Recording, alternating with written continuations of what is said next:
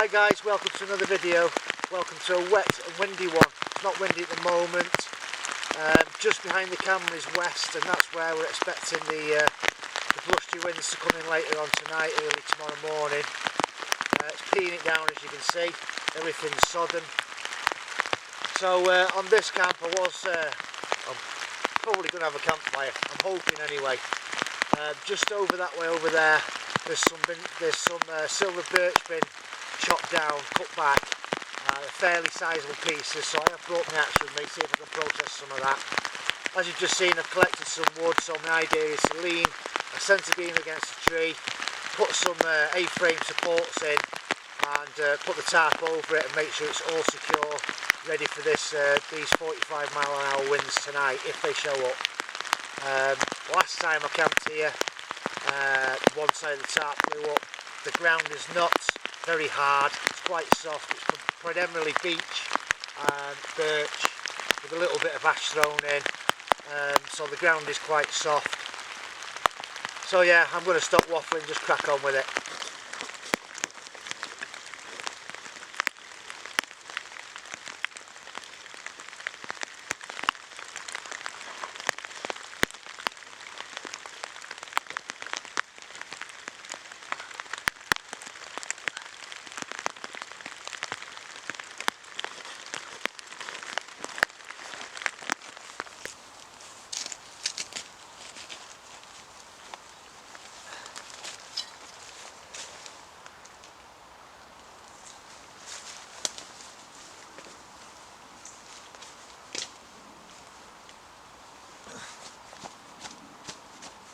So I'm just winging it at the moment, guys. I didn't like the frame that I had set up with the branches, so I decided to use the rope and go into a diamond configuration. The tarp's got a small rip on it, which I didn't realise, so it just pays to show to check your gear. That's not the first thing that's gone wrong today. Second thing that's gone wrong was because it was raining and I wanted to obviously film in the rain. Didn't want to get the DSLR out if I can help it, unless it's undercover, as you all know if you watch any of my videos. So I thought I'd bring my little action camera with me, which has got a waterproof case. Every single one of the batteries was dead. Now it's flashing red, so I don't know if they are dead or I don't know if it's a problem with the camera. I used it a couple of nights ago, seemed fine then, so I don't know quite what's going on with that. So double check your gear, guys, before you bring it out, and that's a dead weight now. Although it's only a few grams, it's just something that I could do without carrying if I don't need to.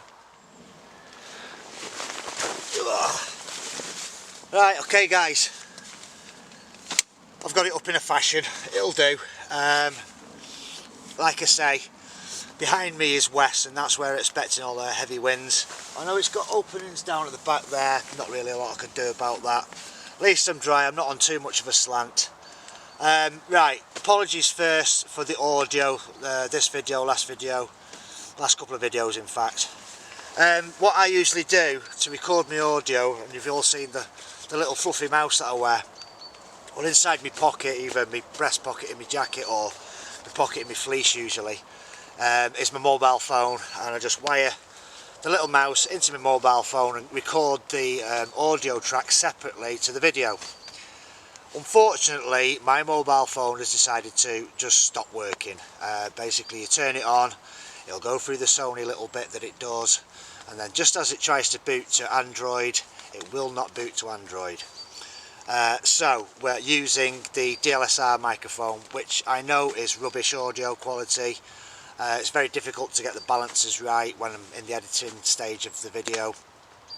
So I've actually stuck my little mouse thing to the camera to try and muffle some of the wind sounds through the camera. So if anybody would like to be generous enough to send me a mobile phone, doesn't have to be an all singing, all dancing one, just a moderate kind of phone. I'm going to put it out there, guys. You can help me out on this one. Get the audio back to where it was until I can get myself sorted out with an half decent phone. Doesn't have to be like mega memory or anything like that. Just as long as I can record audio. Doesn't even matter if the camera doesn't work. Do you know what I mean? That kind of thing. Doesn't matter what network it's on, because I won't be using it as a phone. I'm just primarily going to use it to download through Wi-Fi, as long as it's got Wi-Fi, download an app that I use to record audio, then we're away again and up and running. Preferably an Android phone. I'm not a Mac user, I'm not an Apple user. Anyway, just thought I'd put that one out, guys. If you don't, you don't. The audio's just going to remain the same until I can get myself sorted out. I'm hoping to do more videos before Christmas anyway. It's only 2 weeks now before that big fat geezer comes down the chimney. Having a hard job in our house, we haven't even got a chimney. Anyway, that's me waffling again. So guys, if you can help me out, it'd be much appreciated. Maybe I could send something in return, you know, future date, whatever. Yeah, I'm sure we could sort something out. Right, okay, so we've got the tarp set up. Now the next thing, ground's absolutely sodden, so I'm going to put my, basically I'm going to drag the bag in here first, and then I'm going to put the other ground sheet down, because it's coming through this one. I can feel it coming through me, bam! Or maybe it's just cold. Yeah, so get the other ground sheet in here, pull everything in.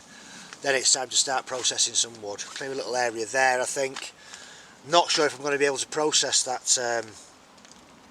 that silver birch I've got. It is fairly big chunks, that. So we might have a little bit of a long fire in front of me. So anyway, let's get cracking.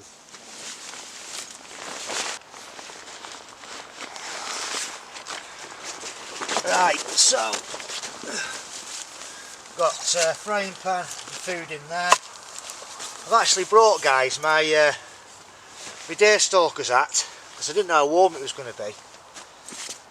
My Gore-Tex rifleman's gloves, which are, you know, Arctic, on a thick fleece, like me winter fleece, my Jack Wolfskin one.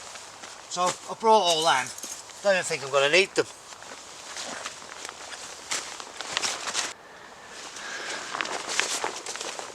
Right, okay guys, I was waffling away to myself then. I didn't realise the camera wasn't even pointing at me. So yeah, I've got these gloves. They're just like, I don't know what they are. They're like, not gardening gloves, but I think they're kind of working gloves. Quite thin, elasticated, with a kind of a, it's a coating that's on them, I think. So yeah, I use them underneath these gloves. As you can see, they're pretty sodden. Maybe I should use some dubbing on them or something to make them a bit more waterproof, but they do the job. Even these ones aren't completely waterproof. They are on that side because I think it's Gore-Tex, but they're pretty warm. These ones just a bit cumbersome. And if you're wondering why I've got them on, yeah, I don't like losing them, so sometimes I do run a string through me like my mum used to. You know, one on each arm. You don't lose them then, especially if you're using your axe or whatever. I know, I'm waffling again, I know. Right, well at least the camera's dry and you lot are dry now. So, cut into these logs before, and the centre of it is quite dry, although the end of it's a bit wet because I've left it out in the rain. So I'm just going to try and do some of these thinner ends into like bite-sized pieces.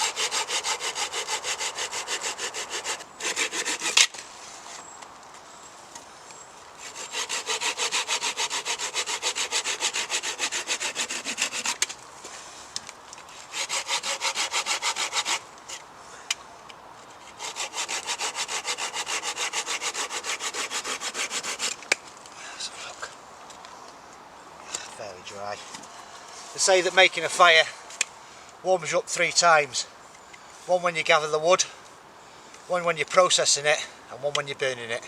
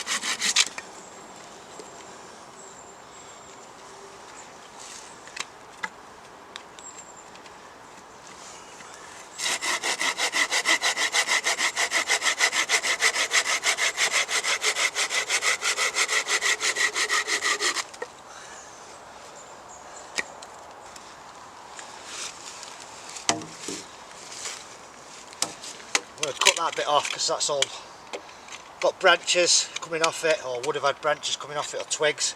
So it's quite knotty in that area, so I'm going to cut that bit off, discard that.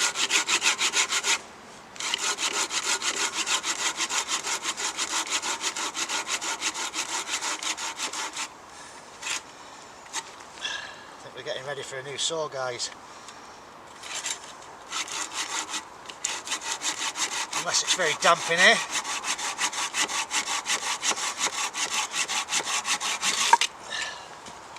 Beautiful. Nice dry wood. Get rid of that.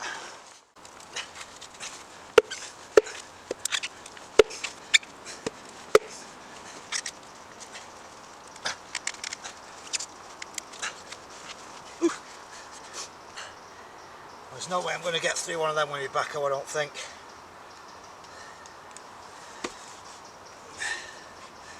Oh, with my Laplander, should I say.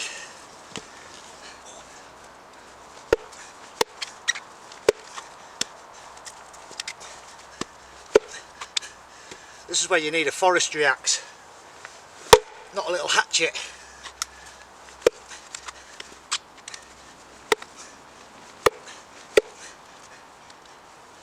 Come on, baby.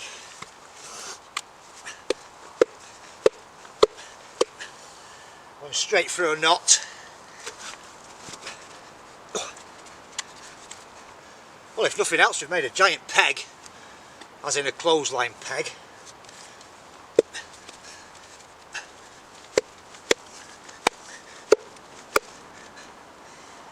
Whew. That's some hard going. Silver birch is considered a hardwood as well, so it's one of the softer hardwoods, but nonetheless it's a hardwood. I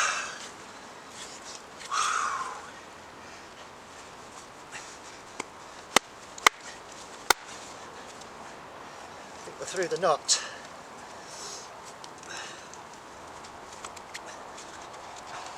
If you think I'm struggling like this all night, guys, you've got another thing coming. I'll put them on as they are.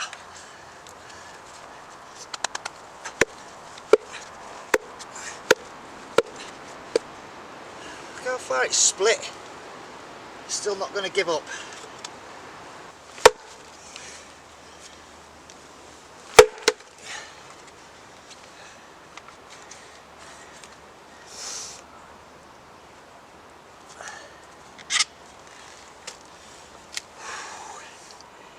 Yeah, Jesus Christ.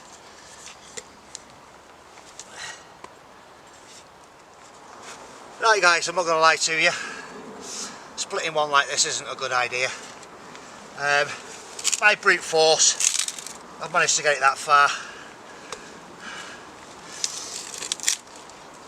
So at least we've got some dry wood in the middle. I'm not going to be doing the other ones boys and girls, because it's just taking far too long.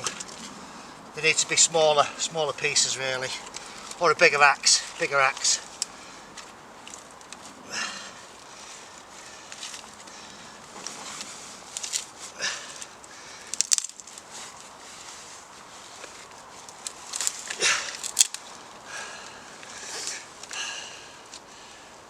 Whew.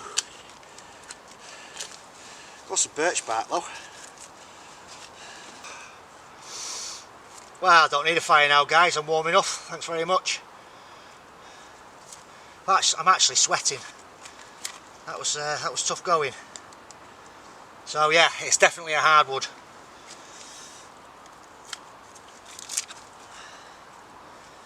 It is a bit wet, the bark obviously, but it should take. If not, I've got some dry stuff anyway. So you would have thought that would be an easier one to split, but do I really want to try it?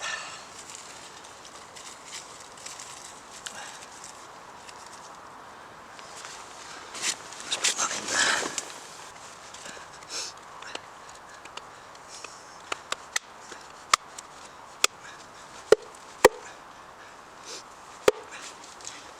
It's just going off to one side, but it is cracking it. I think it's splitting where I don't want it to.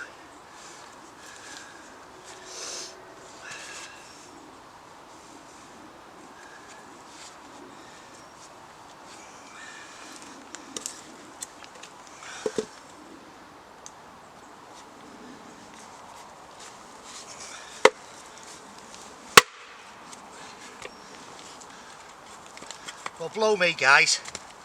I hope I've got it videoing.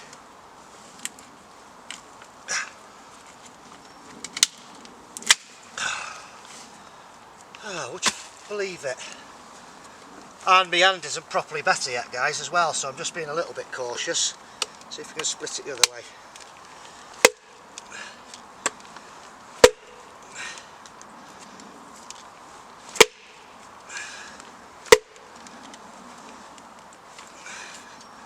There's a knot in this one there, so it might not give up easily.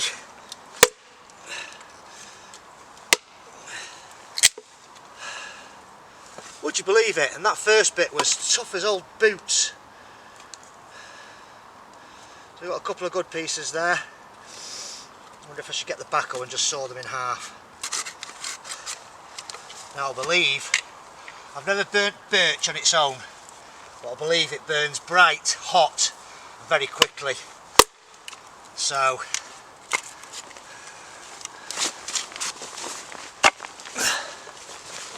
it's better to mix it with other woods.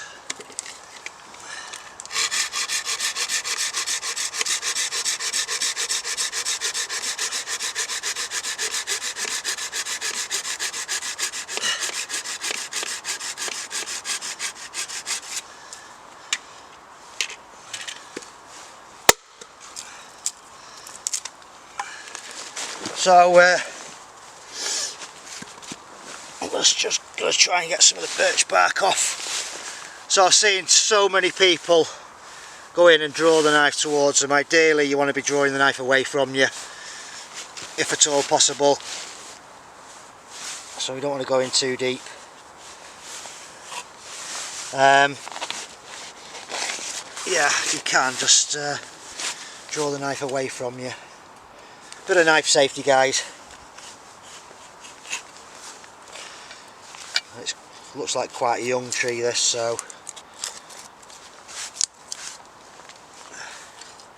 but at least we can get this fire going. At least we've got a few bits to start with. See, this is called the cambium layer, this green. I don't know if that's even in focus, so we'll have a look now. Yeah, that's alright. So this is called the cambium layer, and in some trees it's like the bark underneath the bark. It's the midsection bark, and you can actually eat that off certain species. I know you can do it with pine. Silver birch, I don't know, I'd have to check, but yeah, it's called the cambium layer. and it is an emergency food. It's better getting it off fallen trees rather than cutting trees down to get it off. You know, like these logs that I found. Obviously we don't want to damage any trees if we can help it. I'm not telling you guys how to suck eggs, but yeah, in a true survival situation, then I don't think anybody's going to question you cutting down a tree so you can actually get some emergency food. We're talking plane crash kind of stuff, guys. We're not talking like playing at survival stuff. We're talking when it actually matters. You just see there, them two pieces. Well, that's the cambium layer. Do you know what? Don't try this at home, folks, but I'm going to try a bit.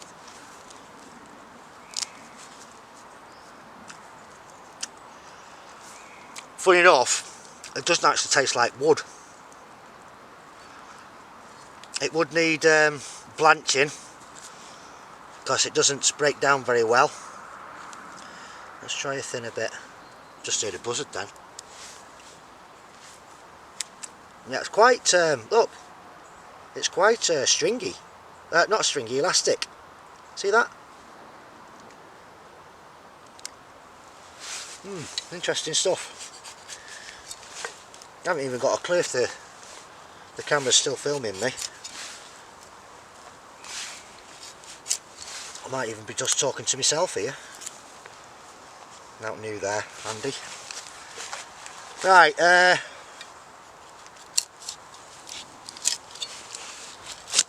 really good knives these guys. Hadn't survived the night, put me onto this. I'll leave something up here. I did a review on it. I'll leave a card.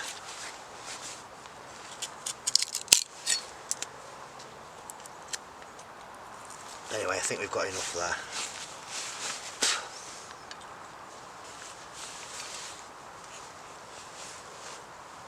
I mean, how much do you want? I suppose we're best harvesting it now we've started doing it. You can always put it in a bag, take it home and use it on future camping trips if we don't use it all today, kind of thing.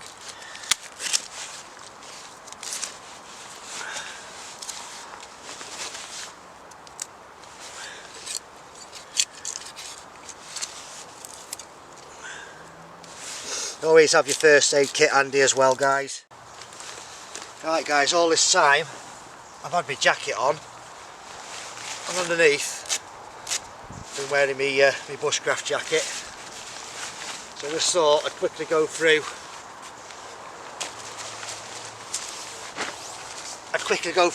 all what's in my pockets, what I've brought with me.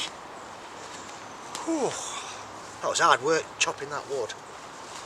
So anyway, what I'm wearing first of all is a base layer, then I've got a micro fleece, and obviously my Bushcraft jacket. On the bottom half I've got a base layer, then some standard army combat trousers.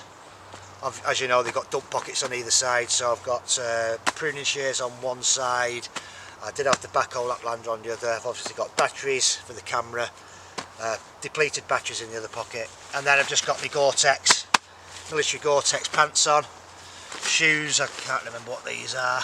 Carrymores. I've always gone with Carrymore. They seem to be a fairly, well, let's put it this way, every pair of Carrymore boots I've bought have been okay. They've not let me wet. Even though tonight, for a change, I've actually brought spare socks. My shoelaces are coming undone now. All my boots, apart from my work boots at work, they're all the shoelaces have come out. I replace the shoelaces with paracord. Just a little tip there, what I do. Right, okay, so on my person, in my jacket, first thing I've got is my compass. Don't always bring a compass out with me. If I know where I'm going, I know the woods I'm going, the terrain I'm going, and the footpaths, that kind of thing, I don't usually bring a compass with me.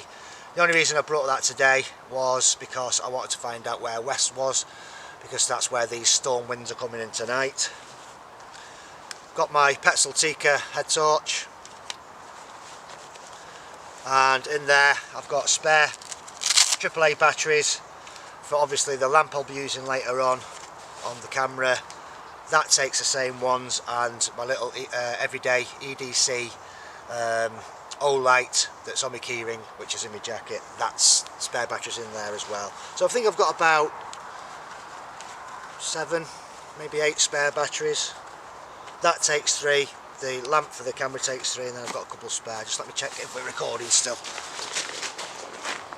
Right, we're alright. It has a nasty habit of turning itself off, this camera, if you're doing kind of long talks. So in this pocket I've got tinder pouch just full of birch bark, not the stuff I've already collected, that's some dry stuff in there. Got a little wind up torch. I was given this yesterday as a bit of a Christmas present from one of the lads at work, so thank you very much, Tom. I do know that Tom watches. So yeah, just need to give it a minute's winding. In case you're wondering what batteries are in these, it's like a flat battery, one of the little, it's probably about the size of that or a little bit bigger. Usually there's 1 or 2 of them found in there, and it's just like a rechargeable thing. Obviously because it's using a crank handle. Also in there is a little vial of magnesium. Always carry one of them. It'll always get you out of a sticky situation when you're trying to light a fire and it's just too wet. That stuff loves getting wet once it's lit. So that's what's in there. It's got 2 pockets here, but I tend not to use them because of the mesh, and I always find that mesh pockets with me, they always break. So in here, the Bushbox original pocket stove with a piece of tin foil just in case you're on ground, like say in pine wood, you don't want to burn the ground. So I always carry that little tray in there. Bit of paracord and a bit of string. You know, I was saying before about when I put my mittens, like my mum used to, in my coat. Well, that's the bit of string that I use for. It's got 2 loops on the end already. That's what I use for that. And obviously some good quality. This isn't paracord, it's called battle cord. It's twice the thickness of paracord. I've never broke it open to see how many strands are in it, because I've never had to, but maybe I'll do that one day. So that's in that pocket. So we've got a backup stove basically. That is a big Raven that's just flown past there. In that pocket I've got a spare battery for the ham radio, and that's it guys, that's all I brought with me. Obviously I carry a lighter with me because I smoke. I've got a jet lighter at the moment. It's really good. Just might as well get it out and show you. So it's actually, it did have a sleeve on it and I couldn't see how much fuel was in it, so I ripped that sleeve off. Topped it up the other day. You're not going to see, but let me bring you in for a closer look. So it's one of them type.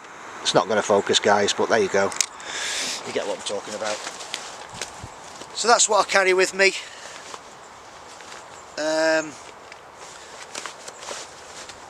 So that's what I carry with me. You would have seen me wear this jacket over the top of my coat usually.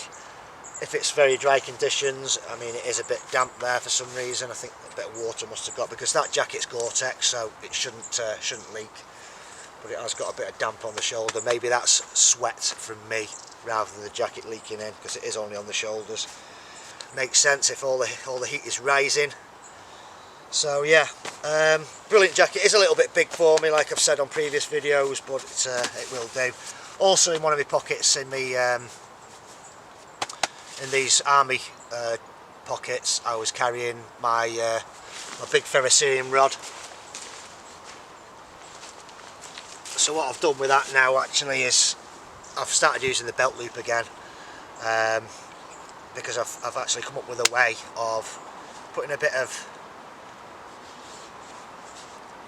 bungee on it, and you can slide it in, and then you slide that bungee or pull it over the end, and it fits nice and snug round there, so that ain't gonna go anywhere. So yeah, but it's not very often I do wear my Bushcraft belt nowadays. I tend to stuff it all in my pockets. The thing is, in woodlands where you've not got permissions, you can't walk around with knives and axes hanging off you, you know, and sometimes they do get in the way. Like the axe, I'm thinking about either making or buying, probably make actually, out of an old belt, an axe loop, because I've never really had a proper axe loop, and I'm actually thinking about taking the collar off it as well on this axe, because I was just noticing before that this area was actually stopping the axe going in because of the cutout here. So this whole collar, this protector should be down to about here really, because it was hindering the axe cutting because of the thickness of it. That is a lot thicker than this wedge of metal here, so I might do some work on that in the future. I did test the axe, well, felt to see if it was sharp before I brought it out, and it is fairly sharp. Maybe it could do with a little bit of a tittle from the axe puck. Right, so we better sort this fire out. It's going dusk now, and I keep talking a lot.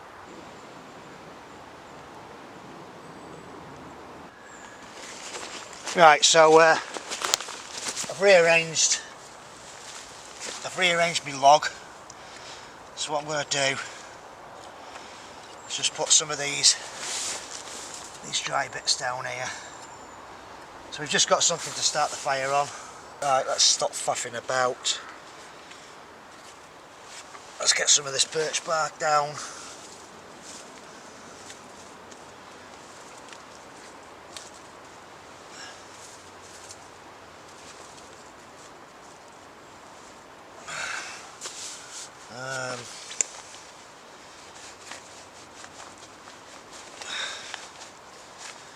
I'm going to use a little bit out of my pouch as well, guys, because I want to save some of that I've collected.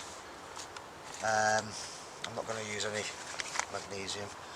I want to save some of that I've collected for future use. So let's put a bit of this stuff down here. Probably far too much, but there we go. We want to take it first time because we are losing light a little bit. So then all we need is a knife.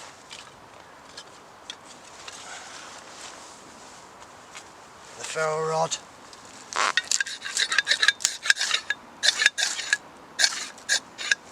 And there we go, it's in.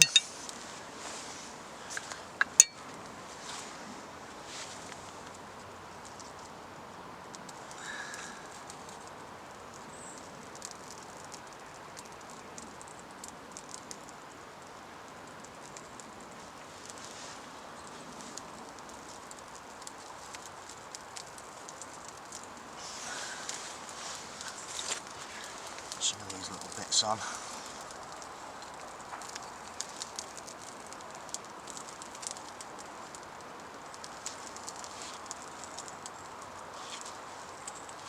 It's nice to know that the smoke's blowing away from me as well. And then just gently build it up. You don't want it smoking, you want an efficient burn. Put some of these bigger ones on.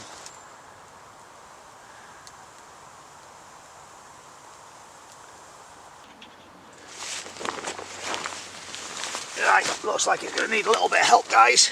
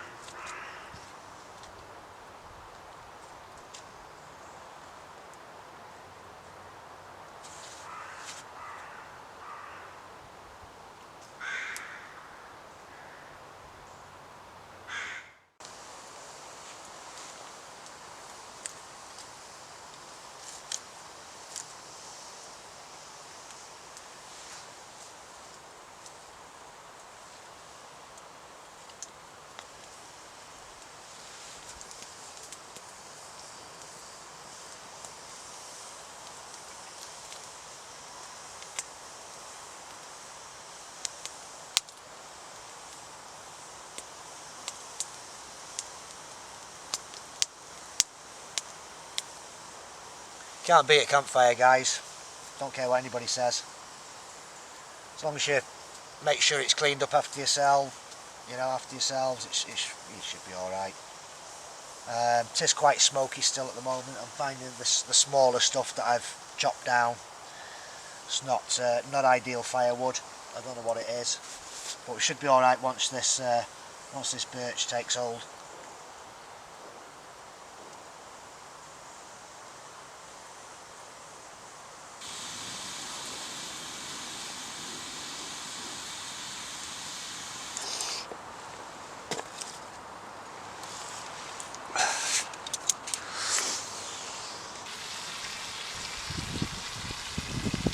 Well, bacon's on, giving it a go, guys. Just cooking on embers. It's going to be a slow process, I think.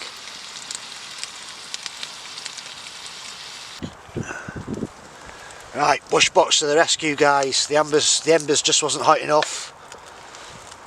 So I'm going to try and salvage any little bits of wood that I think will burn. It's just too damp. Just not seasoned enough. I'm not making excuses yet. It's a bit of a fail, but hopefully we'll get this bugger going.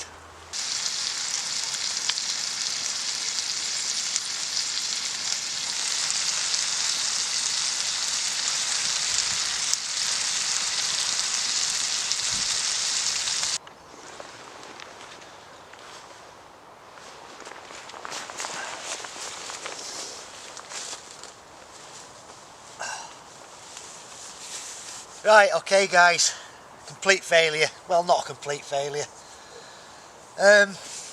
Basically, there's a few things that have gone wrong. First one that started it all off was the fire. The fire died, so I had to use the bush box. Then the wood just was no good. It was just no good. It's very hard to tell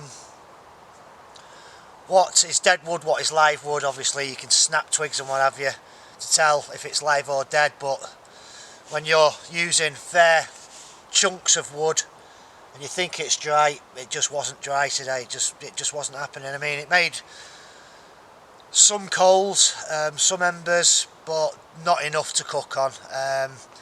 The bacon, the last shot that you just seen of me cooking the bacon, yeah, it was all going good, and then the bush box, no fault of the bush box at all. It was the fuel that I was using in it, just wasn't good enough. I didn't bring any hexamine with me today. What made it worse was, just after that last shot, I threw a couple of eggs in there as well, which cooled the pan right down, and it was no longer able to come back to temperature. So I had to pick the bits of bacon out that was cooked and bin the rest.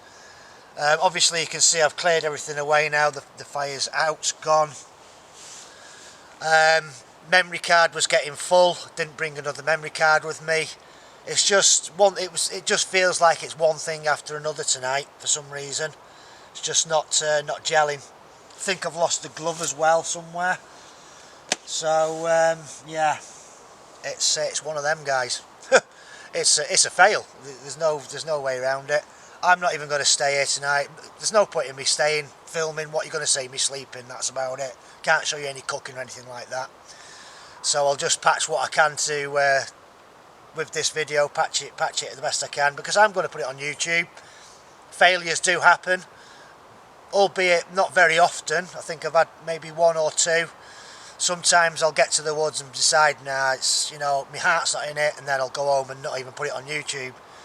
But this one I fully intend to. There's not even a breath of wind now. Not like before, it was chucking it down and everything. Everything's sodden, like I say. So I'm basically gonna pack up and get myself back off home and sort this video out and upload it. That's what the plan is tonight. It's only about 7 o'clock now, so it's fairly early still. Yeah, so sorry about that, guys. There's no point in beating yourself up about it. These things happen. Anybody that can, in this weather, these kind of conditions, with what I've been using, if they can do it with one spark and all that, then I'm sorry, but nah, they're just doing it for cameras. They're just doing it for you guys, for the camera. I mean, I try and make my videos as interesting as possible. I try and be quite creative when I'm making my videos, but nah, it just didn't happen tonight. So I'm gonna stop waffling. I haven't got much to pack up. Like I say, I'm going to put it all in a dry bag and just chuck it in the rucksack. Take the tarpaulin down and then whack that in the top of the rucksack and get myself off. So I might do a little bit of filming on the way out, as I always usually do. Tried not to film so much on the way in this time, and I've had to actually delete a lot of that footage that I originally did walking into the woods because I ran out of room for all the wood cutting and what have you. Right guys, so give me thumbs up, give me thumbs down, give me your condolences. If you're thinking about giving me a thumbs down, please do, because yeah, I deserve it on this one. Don't even bother going to the shop to buy yourself something nice. Right guys, thanks for watching, please like and subscribe, I'll see you on the next one guys.